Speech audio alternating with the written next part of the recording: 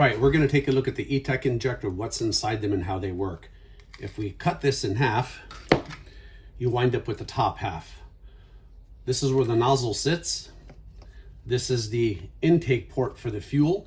There's a bearing in here that's spring-loaded that's forced shut, turning this into effectively a combustion chamber, which pressurizes and atomizes the fuel. We'll talk about that in a bit. But this bearing in here can actually fail, get worn, and when it pressurizes, you get fuel that leaks back through, fails to generate enough pressure, and of course it will not spray properly. But inside here, you have a poppet valve, right? Now you notice this is metal. There is no seal in here, no soft seal. Now how that works is there's a spring and a poppet valve. This spring sits on there. This sits inside here. And when the fuel pressurizes, it pushes this, opens, lets fuel into here. When this pressurizes, the bearing closes, it pressurizes the fuel, it comes out the nozzle. The question is, how does this get pressurized? What pushes this?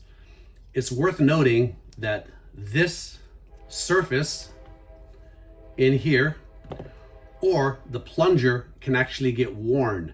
When that happens, you will fail to generate enough pressure, usually seen as not making pressure below 2,500 RPM. The injector is not spraying, but higher RPMs, it'll spray fine. So that's typically case number one, a worn poppet and plunger.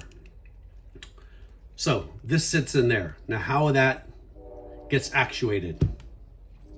You have the bottom half of the injector, which is right here. And inside there is a very strong magnet. This magnet is very strong. And this magnet sits right in the bottom. And around that magnet is a coil, as such. And the whole thing sits inside there. The entire magnet and coil assembly sits inside the bottom of the cup. And the coil can move up and down. You'll see here's the wires that typically connect to these wires, and this is what you have. So the coil moves up and down. When it winds up getting energized, the coil will move up and down. The coil, further, is behind this piece, which is welded into the cup. So the coil moves up and down. Now what moves that coil is this base plate. This base plate sits inside these grooves as such, right? That base plate connects to this seat on the plunger. This base plate attached to the coil will move up and down, as you can see. When it does that,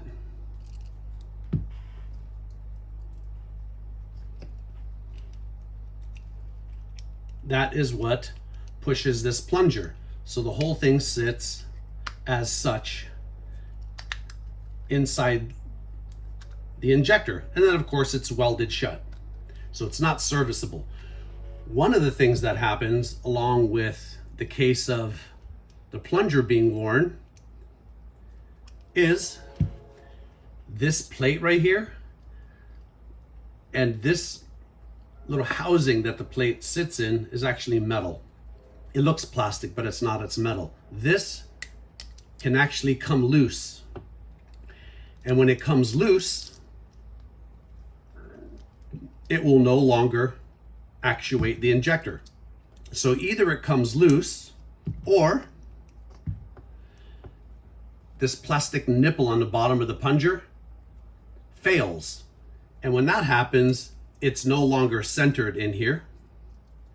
and it can actually move and float. One of the things that happens is when you actuate the injector and power it, you'll hear it actuating, click, click, click, click, click, and you'll think, oh, the injector is working fine, right?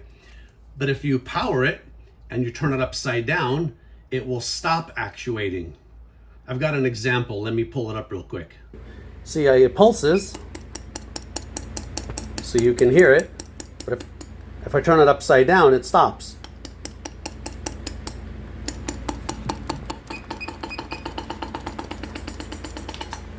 Stops, pulses. So what's inside the injector is pretty simple.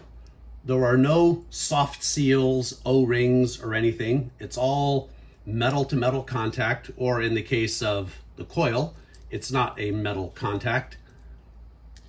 It is the coils surrounded by effectively a PVC or equivalent housing around the coil to protect the coil. There's very little that can damage this or the coil in terms of chemicals. I have used acetone, I have used MEK, I have used many different kinds of solvents, and I have soaked these parts in them for long periods of time. I regularly see people saying, can you use seafoam to clean these? You can, it won't hurt it. However, seafoam is great for carbon. Carbon is not the problem with this. The common problem here is going to be some varnish or failure, mechanical failure of these portions, either the poppet valve right here, the plunger for the poppet valve, or the base plate for the plunger. Those are the common things that we see failing.